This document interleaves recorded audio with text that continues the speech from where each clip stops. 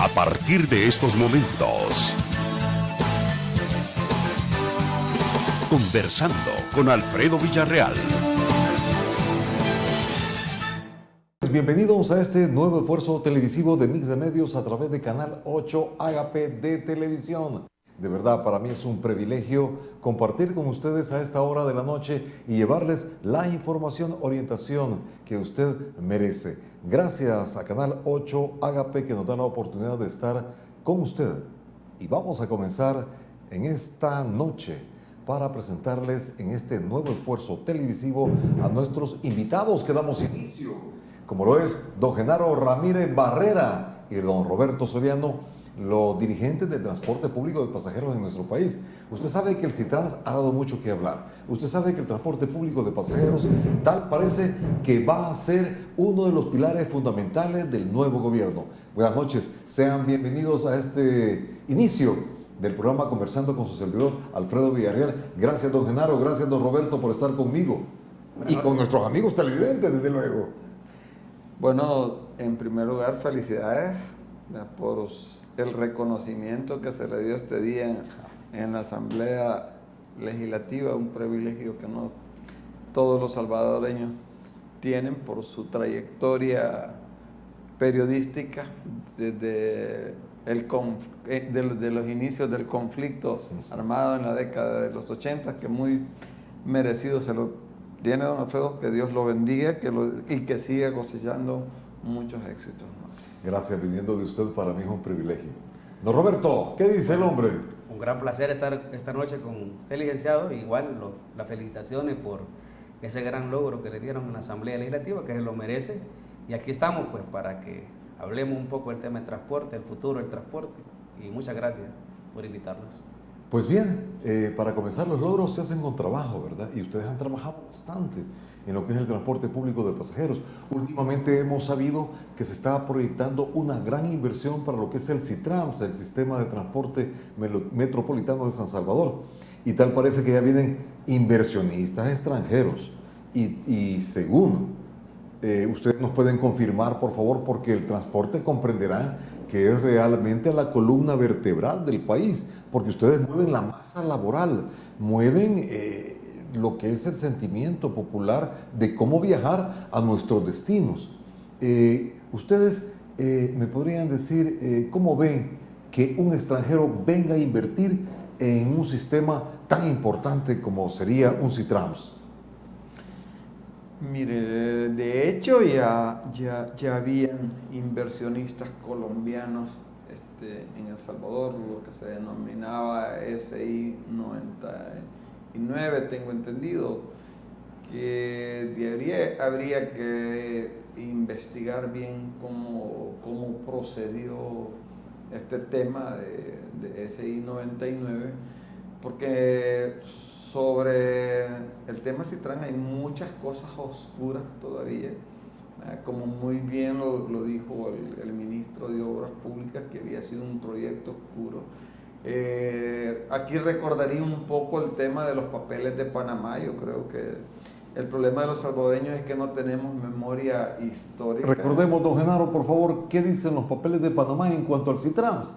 Para que tengamos un background, para que nuestros amigos televidentes sepan a qué nos referimos. Según la investigación que hizo un grupo periodístico a nivel mundial, en el cual hubieron periodistas salvadoreños, tengo entendido, como, no sé si fue el Faro, en el cual empezaron a escarbar alrededor de un montón de empresas que se habían abierto en Panamá, y entre ellas apareció Subes Panamá, en la cual se hacían transferencias de dinero de Panamá hacia El Salvador.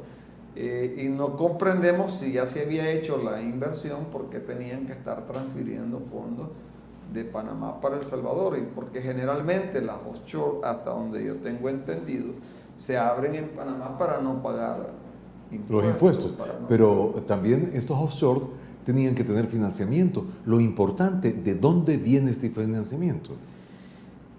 Ahí hay mucho donde, como le repito, donde escarbar, pues, donde hemos pedido un poco a la fiscalía que se investigue, o sea, porque esto no es un tema tan superficial como se ha venido tratando. En Guatemala se hizo algo similar, que lo hizo Álvaro Colón, si no lo recuerdo, y hasta ahorita, donde tengo entendido, Álvaro Colón y todos sus ministros están detenidos. O sea, algunos con arresto domiciliar, pero están detenidos por ciertas maniobras e inversiones que hizo el Ejecutivo, el presidente entonces, Álvaro Colón, a través de algunos ministerios, así como nos venimos a desayunar, que resulta que el Ministerio de Obras Públicas estaba invirtiendo 1.3 millones, y lo peor, en el Ministerio de Seguridad, pagando lo que nosotros venimos denunciando durante 7 años. Hemos sufrido un calvario de 7 años para que se nos medio terminara dando la razón, porque en este caso, repito, insisto, hay cosas mucho más delicadas de fondo que habría que investigar. El caso de los papeles de Panamá, quiénes fueron los que hicieron esos offshore, por qué, en qué calidad venía el dinero. Porque, por último, lo que nos dimos cuenta es que también estaban pintando unos buses que estaban sacando de circulación de Colombia y que los estaban pintando como Citran para El Salvador, aunque los colombianos estaban pensando que era al revés, que de aquí se los estaban llevando para Colombia, pero aparentemente no. Lo que estaban haciendo es que es como SI 99. ¿Haciendo quiénes, don Genaro? Haciendo, digo. ¿Quiénes? Los inversionistas. Mire, nosotros hemos dicho abiertamente quiénes son los testaferros que han estado. Por ejemplo, entre las empresas en las cuales salía Subes, ¿verdad?, que salía Mauricio Cortés Avelar, ¿verdad?, que es el representante legal en la mayor parte. Es nada más un abogado, él no ponía la plata. No, por supuesto, yo fui bien específico y dije testaferros, o sea, prestanombre, llamémosle como de la forma en que nuestros televidentes puedan entenderlo, ¿verdad? Y que espero que hasta el final no me cause otra demanda por difamación e injuria como la que tuve casi durante 2 años por venir denunciando todas las irregularidades, el proyecto oscuro, porque estos se han quedado, por ejemplo, con el tema de la seguridad. ¿Y qué pasa con el tema de toda la propaganda que se hizo alrededor de ese proyecto, que se hizo con recursos nuestros, con nuestros impuestos, pagaban toda la publicidad alrededor, que no debe haber costado $1 millón, sino que muchísimo más? Lo que costó la terminal de integración de Soyapango, que costó aproximadamente unos $10 millones, ya llevamos una buena cantidad. Lo que se apropiaron, violentando el 120 y el 233 de la Constitución, del Parque Centenario, del Parque, ¿cómo se llama?, infantil, y de lo que por último se vinieron a tomar aquí en San José de la Montaña. Y terminando con lo de Fenadesal, ¿verdad?, que todavía, y yo no entiendo, pues, o sea, mi cerebro no termina de concebir por qué los buses del Citran, siendo una empresa privada, ¿entiendes?, siguen dándole parqueo de gratis en Fenadesal, porque el gobierno le sigue pagando un préstamo que lo estamos pagando todos los salvadoreños, ¿entienden?, que se consiguió con el BID, ¿verdad?, y que no es ese préstamo, ellos no han aportado 5 centavos, ¿me entiendes? Entonces, ¿cómo es posible que sigan trabajando, que haya personal del Viceministerio de Transporte laborando en una terminal que la están utilizando los privados? ¿Cómo se permitió, ¿verdad?, que con una medida cautelar, se trasladara de la terminal de integración? Si había habido una medida cautelar, se trasladan a la terminal Nuevo Amanecer. Una terminal Nuevo Amanecer que se construyó Vea, casualmente en un predio de, ¿cómo se llama? Del ITFA. Tal parece que en este tema hay mucha tela que cortar. Y para eso, para que sigamos hablando, ¿quiénes son de verdad los financieros, los que ponen la plata, los que ponen el financiamiento? Para averiguar de dónde viene este financiamiento, lo vamos a averiguar con ustedes cuando volvamos, porque vamos a una pausa. Ya volvemos, conversando con Alfredo Villarreal. Sigamos conversando con Alfredo Villarreal. Sigamos conversando con nuestros invitados de esta noche, don Genaro Ramírez Barrera, presidente de AEAS, y también tenemos con nosotros a don Roberto Soriano, presidente de ATP. ¿A quién le pregunto? Don Roberto, hemos conocido todo el background, todo el conocimiento que nos han brindado don Genaro Ramírez. Para usted, ¿de dónde venía el dinero? Es cierto que se administró dinero, se metió en los offshore, pero ¿quién ponía ese dinero? ¿De dónde proviene ese dinero para manejar de una forma irregular, como dijo don Genaro, el Citrams? Mira, realmente no te podríamos dar, digamos, una certeza de dónde realmente venía el dinero. Lo que sí siempre nosotros denunciamos en un momento era que era un dinero bastante oscuro. Por ejemplo, siempre se mantuvo de que los operadores eran los de Cipago, que eran los propietarios, digamos, de una empresa de la zona de Soyapango. De repente todos los empresarios se vieron sorprendidos cuando ya se compraron las primeras unidades y se hablaba de una inversión de $10 millones y todo el mundo pues se quedó, wow, ¿y cuándo puse la plata? Y entonces, sorprendidos siendo parte de una sociedad que ya habían adquirido una cantidad de unidades por un monto de $10 millones, y eso pues dejó a todo el mundo como un poco sorprendido de dónde había salido Se maneja que algunos miembros, digamos, de Alba Petróleo habían prestado la plata, otros dicen que era donación, otros se manejan varios.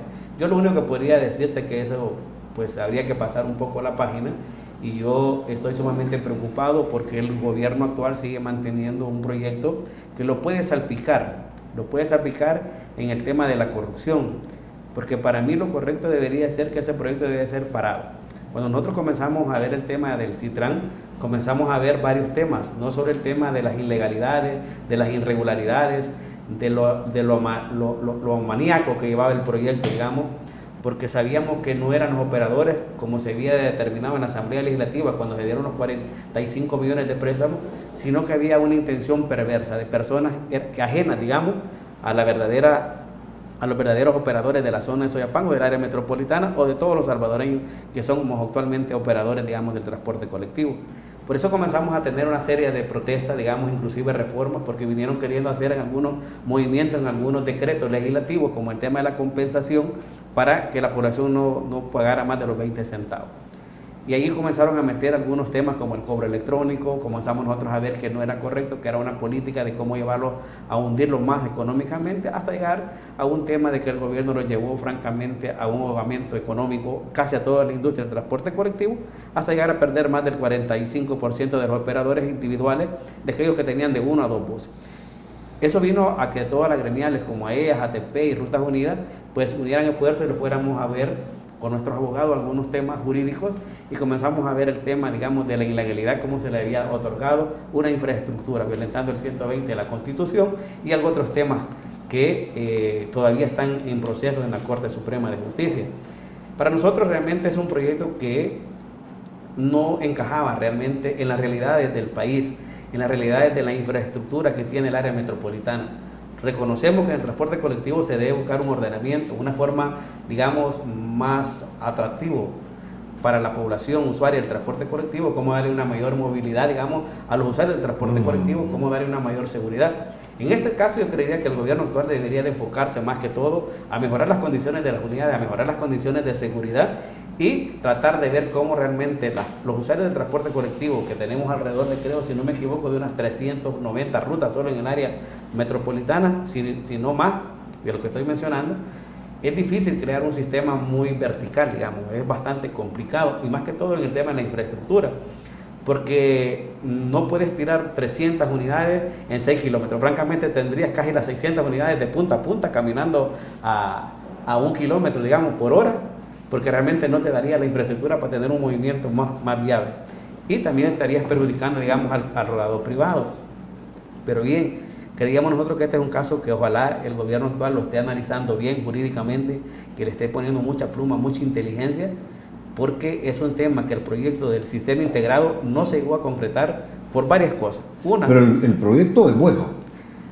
realmente buscar una alternativa para tener una mayor movilidad podría ser bueno, pero realmente como lo hizo el gobierno anterior no es bueno. Yo por lo menos, yo lo que pienso, conociendo un poco el tema del área metropolitana y conociendo más o menos la movilidad que tenemos, realmente no resuelve el problema de movilidad hoy por hoy, porque tenemos muchas rutas, una ciudad que creció muy desordenada y realmente no vamos a resolver nada.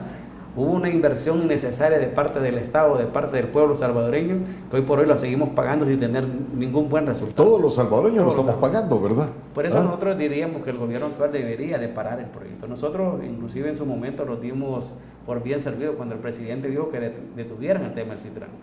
¿Por qué creo? Porque ahí había justicia. Porque muchas rutas que hoy por hoy las hizo quebrar, digamos, el gobierno anterior, por la política que incrementó en el tema del Citrán, tenían derecho, digamos, a tener justicia de parte del actual gobierno. O regularlo, don Roberto. Realmente, allí lo que ha habido hoy por hoy, el sistema integrado no existe, para aclararle al presidente y al pueblo salvadoreño. Lo que existe ¿Qué son significa dos rutas. integrado entonces? Es que mira, el proyecto integrado era que se iba a crear todo lo que eran unas ramales de padrones, de buses articulados y los grupos alimentadores creando una sola ruta acá para que todas las rutas, digamos las 900 unidades que venían de la zona, ya no vinieran todas al centro, solamente 270 unidades eran las que iban a entrar al centro por, digamos, por la calle de la Juan Pablo. El resto iban a llegar hasta la terminal de integración. Esa era una parte que, pero en eso se iba a integrar, digamos, lo económico, que andaba entre, si no me equivoco, entre 70, 85 centavos, más una subvención del Estado y todo. ¿Cuánto sería la tarifa? La subvención andaba como por, si era de 55 centavos, si no me equivoco muy bien, como de 70 millones la subvención económica en la zona. Pero la tarifa del Citrans, ¿cuánto sería? Iba a ser como de 55 centavos. El estudio dice 83 como punto de equilibrio. ¿Y cree que los salvadoreños aguantan en una tarifa de ese tipo? Yo creo que el pueblo ya no aguanta más, y una muestra de no aguantar más es porque tiró a ambas extremas al lado del camino y buscó una nueva opción. O sea, que es lo que estamos tratando como de que se entienda, o sea, por este medio, hacer un conversatorio a través de la opinión pública, porque hoy, o sea, se mueve mucho por las redes sociales y por estos medios, o sea, de interactuar, porque hay mucha gente que opina sobre este tema sin conocerlo, o sea, habla cualquier cosa sin saber. Por ejemplo, tenemos temas como, te puedo decir, del humo. O sea, yo vi a alguien opinando, dijo, asesinos, dijo, sáquenlo.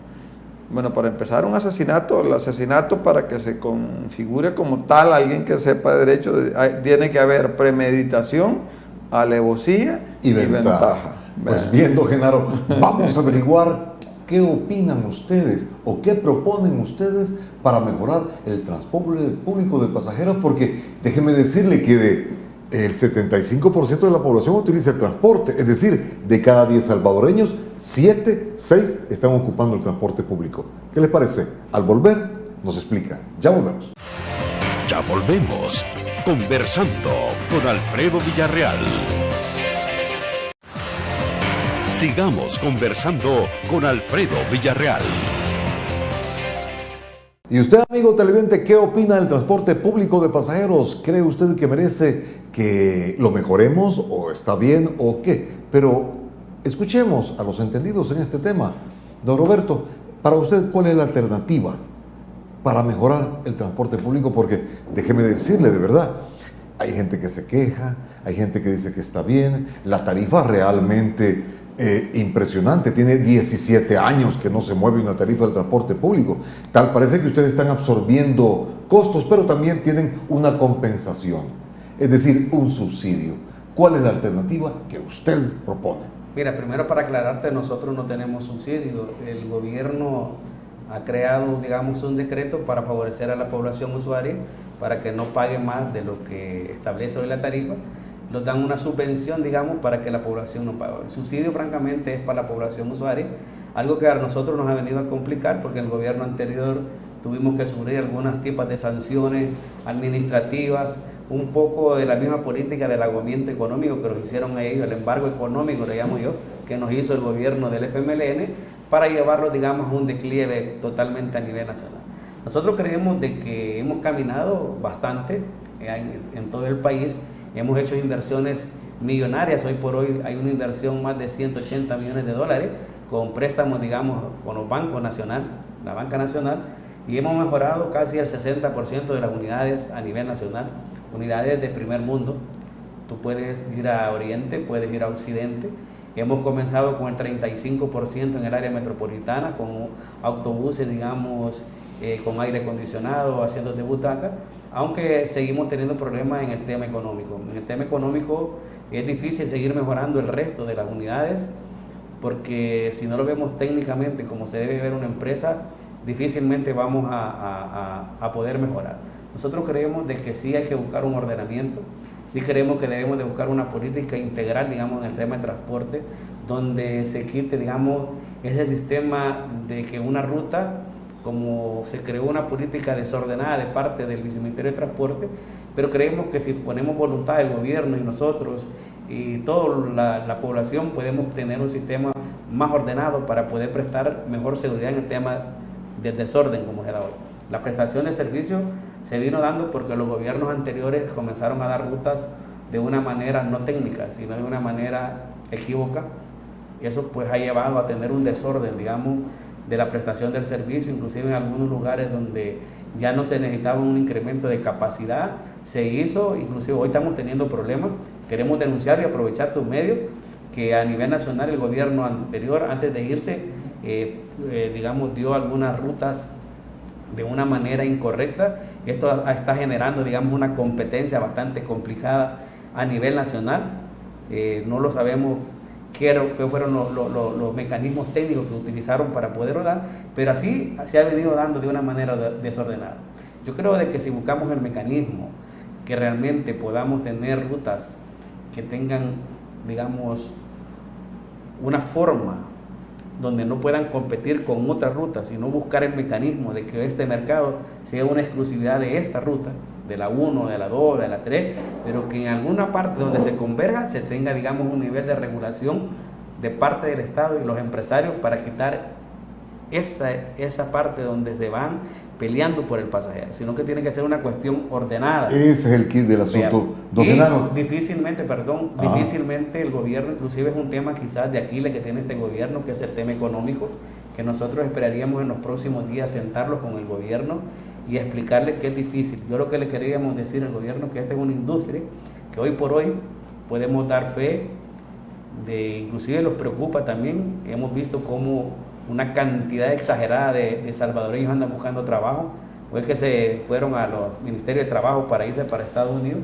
Es una muestra de cómo hay una necesidad de trabajo. Esta es una industria que nosotros hemos venido diciendo de que se puede generar hasta 10.000, hasta 20.000 empleos que se han ido perdiendo por cuestión económica, en el tema de los motoristas, de los cobradores, en algunos temas de otras administraciones que necesitamos, pero hay que ponernos de acuerdo en el tema económico, porque difícilmente podemos seguir operando con 20 centavos, es difícil, aunque así él dice llegar a valer unos 50 de dólar, no podíamos seguir dándole, digamos, una sostenibilidad a la industria con 20 centavos. Lo que podría decirte que técnicamente podría andar entre 50 y 55, pero tenemos que buscar un mecanismo en conjunto con el gobierno para ir saliendo de la crisis y después irlos nivelando poco a poco, por lo menos salir tabla a tabla, como dicen.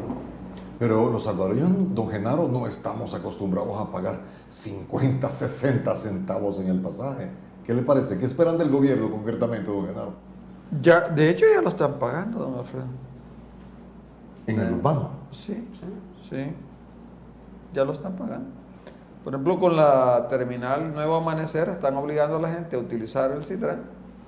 Antes la gente la traían hasta el Parque Zurita, alguna ruta, o la traían hasta ahí.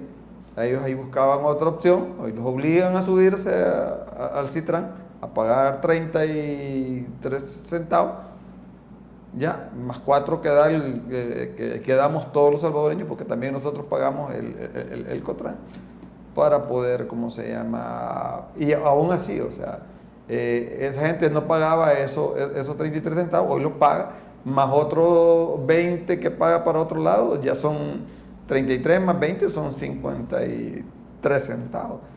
O sea, que está pagando adicionalmente ahorita. Están obligando a miles y miles de pasajeros. Pero en esto se han dado una serie de violaciones que no solamente violentan la Constitución de nuestro país, sino ¿cómo se llama?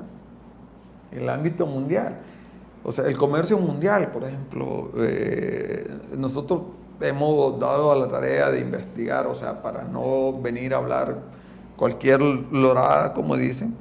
Vea, por ejemplo, aquí con el Citran, nosotros hicieron dumping, o dumping, como le llaman los gringos. Dice dumping, nombre masculino, práctica comercial que consiste en vender un producto por debajo de su precio normal o incluso por debajo de su coste de producción, con el fin inmediato de ir eliminando la empresa competidora y apoderarse finalmente del mercado. El dumping está prohibido por el Acuerdo General sobre Aranceles Aduaneros y Comercio, un tratado internacional.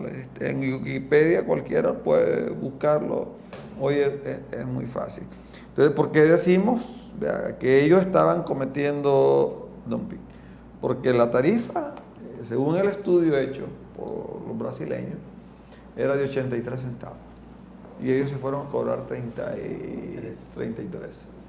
Y lo hicieron con el único afán de ir eliminando a los actuales operadores, a la competencia, y han hecho cualquier barrabasada, violentando la Constitución a como les dio la gana, para generar un monopolio a una empresa. Nos queda esa duda. Usted dice hacen, quitan y ponen. ¿Quiénes?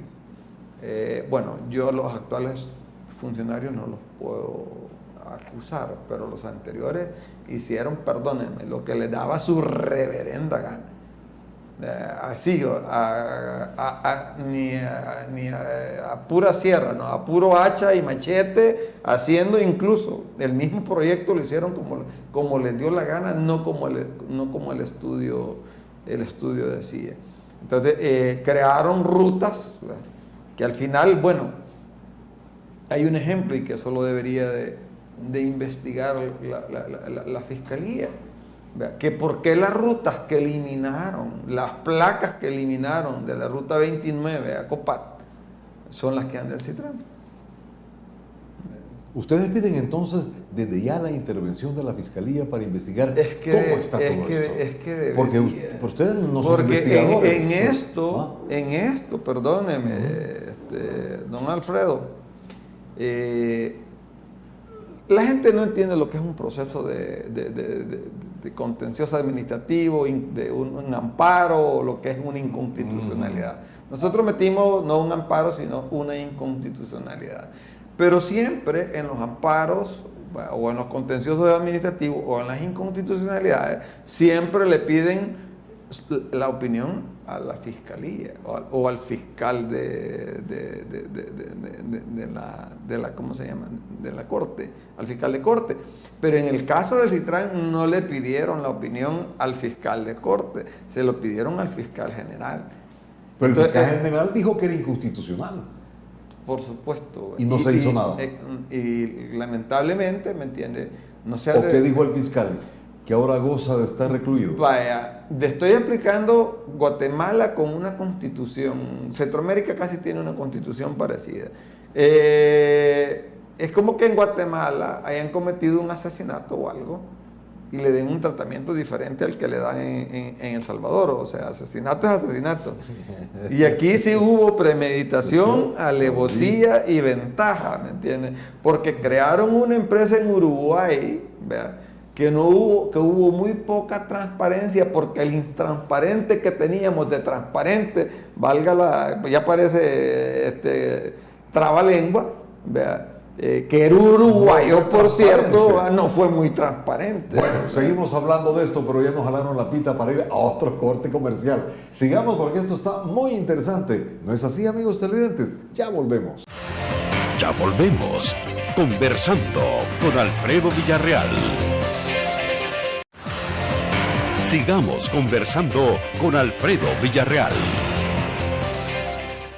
Sigamos conversando en esta noche, amigos televidentes, para saber o que nos orienten qué es lo que está pasando con el transporte público de pasajeros. Usted se moviliza en ello. Le interesa saber cómo es que se está desarrollando y cómo lo va a desarrollar el actual gobierno. Don Roberto, ¿qué pasó con la mesa del transporte? Tenemos entendido que la mesa del transporte era una instancia de negociación entre gobierno y transportistas. Y esa mesa, pues, tuvo vigencia varios años. ¿Qué es lo que ha ocurrido con ella? ¿Está aún con este gobierno trabajando en la mesa del transporte? Realmente desconocemos nosotros si algunos miembros de la Mesa Nacional de Transporte todavía están, digamos, trabajando en el tema de transporte con el actual gobierno.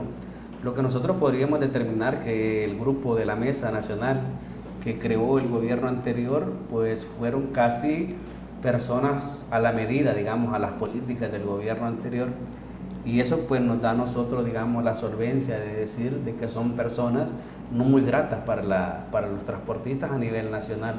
¿Pero por qué se plegaban a los intereses del gobierno? Realmente podríamos determinar de que no tuvieron la capacidad del anterior gobierno, no tuvieron la voluntad o la capacidad de poder decir no, y en algunos casos, algunos se aprovecharon, digamos, del acercamiento que tuvieron con el gobierno anterior, donde sacaron algunas prebendas, digamos, personales, y eso pues la mayoría de los empresarios a nivel nacional lo saben, pero de modo teníamos un régimen completamente de parte del Viceministerio de Transporte que mucha gente pues tuvo que agachar la cabeza y someter, digamos, a las políticas.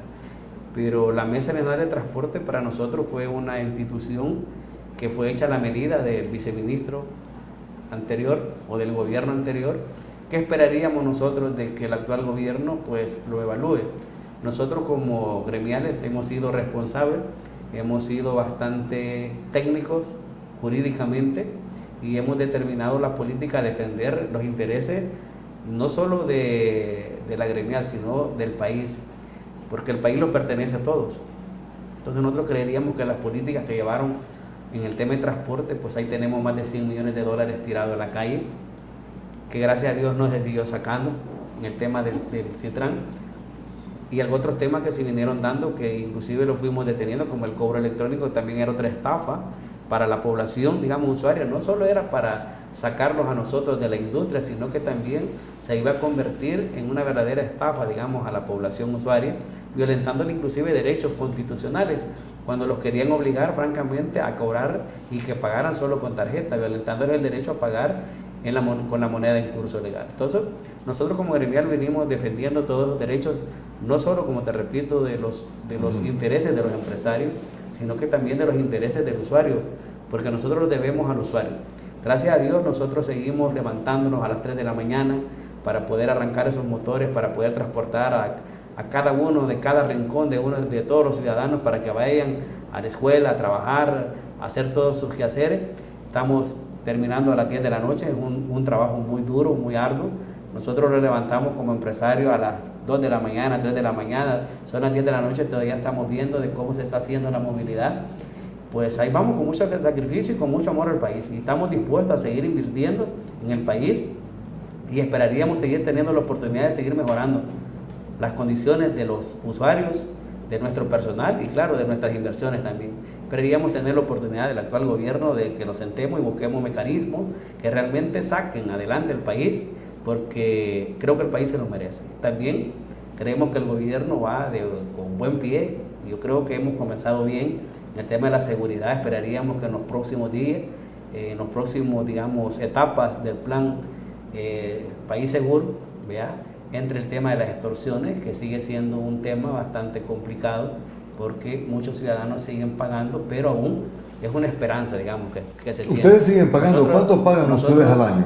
Nosotros hemos sido una de las industrias que desde el 2005 fuimos atacadas, inclusive yo en algunas ocasiones pude haberlo dicho en algún medio de comunicación que podría haber sido quizás parte de la política, digamos, para destabilizarlos económicamente. Nos quemaron una cantidad de unidades, los mataron más de 3.000 motoristas y cobradores, mataron una buena cantidad de empresarios también. Y bueno, en el tema económico, pues podría ser que todo lo que percibimos en concepto de compensación haya terminado en manos de la delincuencia, ¿verdad? Y eso pues algo que todavía en algunas rutas se sigue pagando. Algunas rutas han decidido ya no hacerlo, han seguido pagando sus consecuencias, pero han tomado la decisión de no hacerlo y esperaríamos tener y seguir teniendo el apoyo del gobierno actual, porque quizás es una de las cosas que más ha afectado a la industria del transporte. Eso quizás vino a conllevar a que muchos ciudadanos optaran por comprar motos, optaran por comprar tipo de vehículos, a incrementar más la contaminación del país y complicar un poco las finanzas, digamos, de los mismos ciudadanos, porque darle mantenimiento a una moto o a un vehículo pues no es fácil también, pero por el tema de la misma seguridad que no se tenía en el transporte colectivo, pues los ciudadanos tuvieron que optar y eso nos llevó a perder más del 20% del mercado. Eso pues nos ha complicado un poco también la situación. Pero esperaríamos que con los nuevos cambios pues nosotros mejoremos, también la población mejore, porque manejar pues es un gran compromiso. Cualquiera de los que todavía conducimos ya no quisiéramos andar conduciendo porque es una gran responsabilidad y no es fácil manejar, llegar digamos a tu trabajo estresado. No es lo mismo bajarte de un autobús que vengas cómodo y camines 2 o 3 cuadras para llegar a tu trabajo que venir conduciendo en un tráfico tan complicado como el que tenemos ahorita, más que todo en el área metropolitana. Don Genaro, ¿es la salida de trabajar nuevamente con la mesa de transporte? ¿Usted trabajó con ellos? Yo, usted sabe que históricamente yo me retiré desde un inicio. O sea, ¿por qué se retiró? Bueno, o sea, al final yo se lo puedo reducir de una manera. Por ejemplo, la terminal de Amanecer, muchos de los que fueron parte de la mesa del transporte son de los mayores accionistas de esa terminal. ¿Me entiende? Y se privilegió, ¿me entiende?, a ese sector, ¿verdad?, alargando el CITRAN de alguna manera, ¿verdad?, deteniendo todo, o sea, violando la libertad de contratación, ¿entiende?, porque a nadie podrían obligar a meterse a un lugar sin su pleno consentimiento, porque ahí lo que están haciendo es que les cobran $5 por entrada, por el día, entre una o varias veces. Un ciudadano denunció que le cobraban 50 centavos de dólar por ir al baño. Si usted entra con un vehículo, le cobran $1 si va a dejar o a traer pasajeros. Y esto es un negocio que ha sido, a mi juicio, yo pienso que este mismo grupo sigue siendo quizás parte testaferros de algo más oscuro que podría haber en ese negocio. Entonces, y ahí hay muchos actores de la mesa, así como lo hay a lo largo y ancho del país, que han aparecido con permisos de línea, con favoritismo. Otros salieron con placas de taxi en San Miguel, y así han salido con una serie de privilegios porque llegaron a servirse con la cuchara más grande e incluso a decir cuáles eran las medidas que debería ser, por ejemplo, un personaje tristemente célebre de la mesa, que fue el que le dijo al viceministro: cancele los permisos de línea. Y obviamente no sabe derecho, no sabe que el artículo 28 parece de la ley ya establece por las causas por las cuales se pueden cancelar los permisos. O sea, y han hecho hicieron cualquier cuestión, ¿me entiendes?, que nos obligó a introducir una serie de demandas. Incluso yo fui a denunciar al viceministro de Transporte por desobedecer una resolución de un tribunal. O sea, y lo hizo como le dio la gana y tuvo la cobertura, ¿me entiendes?, del fiscal de turno, que hoy está preso, por cierto, ¿verdad?, para hacer lo que le daba la gana. Entonces, lamentablemente en este país, ¿me entiende?, o sea, aquí no prevalece el Estado de Derecho. Aquí prevalece la ley del más bravo. Y si alguien me va a decir por algo de los motoristas, mire, por ejemplo, usted ha visto que hicieron un retén pidiéndole el carnet a los motoristas. O sea, yo no voy a proteger la actitud de los motoristas. Mi negocio no es que maltraten a nadie. Mi negocio no es que anden como que es una competencia de pasajeros en la calle. No. Vea, esas son las cosas que deberíamos de sentarnos, ¿me entiendes? A platicar y a ver cómo las resolvemos. Que incluso que también no salga beneficiado solo el usuario, sino que también salga beneficiado el motorista, que generemos más empleo, porque se podrían generar muchos empleos, y nosotros estamos prestos, tenemos un proyecto de eso mismo vamos a hablar, don Genaro, de movilidad, porque ya me están haciendo la señal que vamos a corte, porque usted ya está hablando qué es lo que esperan del nuevo gobierno. Vamos a tener el siguiente espacio para que ustedes propongan y que digan qué esperan de esta nueva administración gubernamental. ¿Les parece? Con mucho gusto, don. Ya volvemos. Ya volvemos. Conversando con Alfredo Villarreal. Sigamos conversando con Alfredo Villarreal. Pues bien, tal parece que el tiempo es el peor enemigo de estos programas donde queremos seguir hablando y conversando. Ya solo tenemos un minuto para cada uno de ustedes para que me digan, don Roberto, qué espera realmente de este gobierno, en esta rama, desde luego. Primero, nosotros totalmente de acuerdo que se aplique la ley. Yo creo que es parte de lo que ha faltado en los gobiernos anteriores y por cuestiones de política, digamos, interés político no se ha hecho. Nosotros queremos decirle al gobierno que nosotros estamos a la disposición de trabajar en todo lo que él crea conveniente para poder mejorar las condiciones del usuario, todo. Pero también vamos a estar siempre a desacuerdo de que solo a un segmento se le toque en el tema legal y a otro no. Por ejemplo, nosotros estamos totalmente de acuerdo de que el conductor debe andar su licencia, su carnet, que la unidad debe andar con sus respectivos documentos, tarjeta de circulación y permiso, pero tampoco no estamos de acuerdo de que se deje, por lo que hemos venido peleando por muchas veces y que hoy por hoy son hasta mafias, el tema de la competencia ilegal, y no se haya tocado hasta este momento, y sí se esté tocando duramente, digamos, al transporte colectivo, digamos, formal. Entonces, yo creería y le haría el llamado al presidente con todo respeto, que en ese sentido, pues nosotros sí nos vamos a sentir contentos cuando se aplique la ley en todo general y no solo uno, porque podríamos comenzar a pensar de que las cosas van, digamos, en contra de nosotros nuevamente. Don Genaro, usted se ha caracterizado por estar luchando con todos los gobiernos por defender el rubro. Ahora, con otro gobierno más, dicen que una manchita al tigre no lo va a hacer frontera. Pero bien, ¿qué espera de usted de verdad con tanta experiencia que tiene, hombre? Vea, don Alfredo, yo con la experiencia que tengo, yo tuve una reunión con el arquitecto Juárez, el director de transporte y el, ¿cómo se llama? Gerente legal, entiendo, del Ministerio de Obras Públicas. En toda la conversación no se puede hablar de todo.